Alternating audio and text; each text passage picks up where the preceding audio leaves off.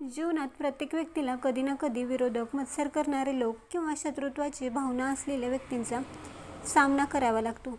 काही वेळा शत्रूंच्या कारवायांमुळे मानसिक ताण, तणाव, चिंता, अस्वस्थता निर्माण होते. अशा परिस्थितीत घाबरून न जाता संयम आणि आत्मविश्वास असणं खूप महत्त्वाचं असतं. त्याबरोबरच आध्यात्मिक उपायांचा आधार घेणे महत्त्वाचे असते. आपल्या धर्मशास्त्रात शत्रूंच्या त्रासापासून मुक्ती मिळवण्यासाठी अनेक उपाय सांगितले आहेत. शत्रू निर्माण होण्याची कारणं अनेक असू शकतात. कधीकधी गैरसमजातून शत्रू निर्माण होतो.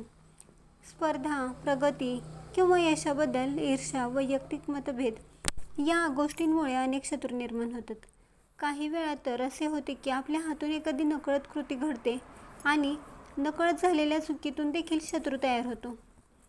आज आपण या व्हिडिओमध्ये बघणार आहोत शत्रूंच्या त्रासापासून मुक्ती मिळवण्यासाठी कोणते उपाय करावेत, त्यातून मुक्ती कशी मिळेल.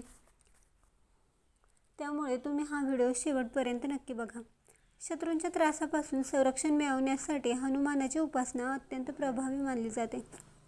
दर मंगळवारी आणि शनिवारी हनुमानाच्या मंदिरात जावे, हनुमान चालीसाचे पठण करावे आणि ओम हम हनुमते नमः या मंत्राचा 108 वेळा जप करावा. हनुमानाला शेंदूर आणि चमेलीचे तेल अर्पण करावे. हनुमानाची कृपा मिळाल्यास नकारात्मक शक्ती आणि शत्रूंचा त्रास कमी होतो. दुसरा उपाय म्हणजे सुंदरकांड पठण करणे. रामचरितमानसमधील सुंदरकांडाचे पठण करणे अत्यंत शुभ मानले जाते. सलग 11 किंवा 21 दिवस पठण केल्यास लाभ मिळतो. सुंदरकांडाचे पठण करताना मन शांत आणि एकाग्र ठेवावे. सुंदरकांड पठणामुळे मानसिक शांती वाढते आणि संकटांवर मात करण्याचे सामर्थ्य मिळते. अनेकदा ग्रहदोषांमुळेही विरोधकांचा त्रास वाढतो. त्यामुळे शनिवारी पिंपळाच्या झाडाला जल अर्पण करावे. शनिवारच्या दिवशी काळे तीळ दान करावेत आणि शनिदेवाच्या मंदिरात मोहरीच्या तेलाचा दिवा लावावा. ओम शम शनिश्चराय नमः या मंत्राचा जप करावा. मीठ हे नकारात्मक ऊर्जा दूर करण्यास उपयुक्त मानले जाते. आठवड्यातून एकदा घर पुसताना पाण्यात खडे मीठ टाकावे आणि त्या पाण्याने फरशी पुसावी.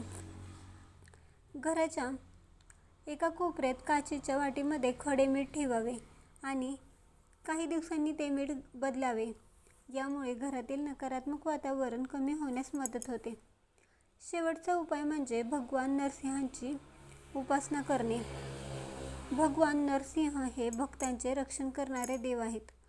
ओम उग्र वीर महाविष्णू ज्वलंत सर्वतोमुखम या मंत्राचा जप करावा.